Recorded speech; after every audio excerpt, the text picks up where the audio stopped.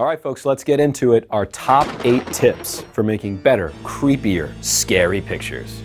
First, you gotta think scary or creepy. Maybe watch a scary movie, tell a ghost story around the campfire, basically scare yourself, and then prepare for making scary pictures. All right, 2, masks and costumes. You have to build your creepy character. Now, the first step, getting the right costume, makeup, and masks to set the creepy vibe that you're going for. Now, if you're really into costumes, we've got a great video on cosplay. You can check it out right here.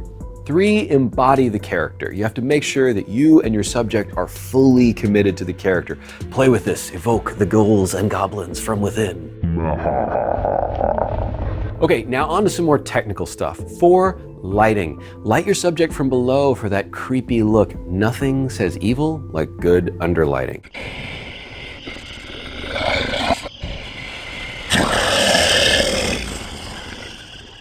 You can also stage a spooky silhouette. In this case, you want to make sure that your background is brighter than the subject in the foreground.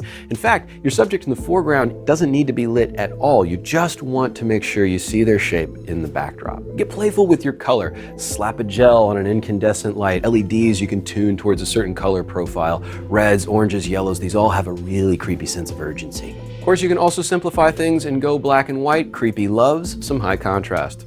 5, try some slow shutter ghost effect. Now, you're definitely gonna want a tripod for this one. You ever wonder how people get that ghostly, ghoulish movement in photographs? Here's the secret. Slow down your shutter speed. Now, a lot of folks know this, but if you're trying to take your spooky photography up a notch, this is a surefire way to do it. And just make sure you set your shutter speed slow enough to blur the movement of your subject. Creepy! Now, light painting is also another way to add some creep-tastic fun to your pictures.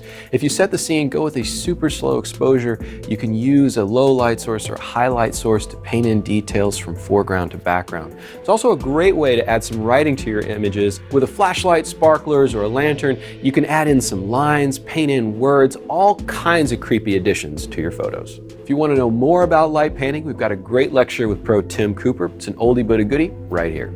And if you'd like to know more about light painting, maybe a tutorial, let us know in the comments below.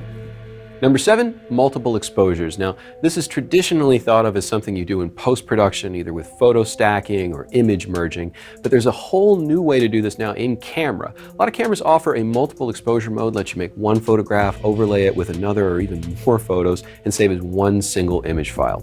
We made a video about that. Number 8, use different filters in post-production, whether that's on your phone or on the computer. High contrast black and white makes everything a little bit spookier. Try an old school film filter to add some grit and some grain. It just makes everything a little bit more unsettling.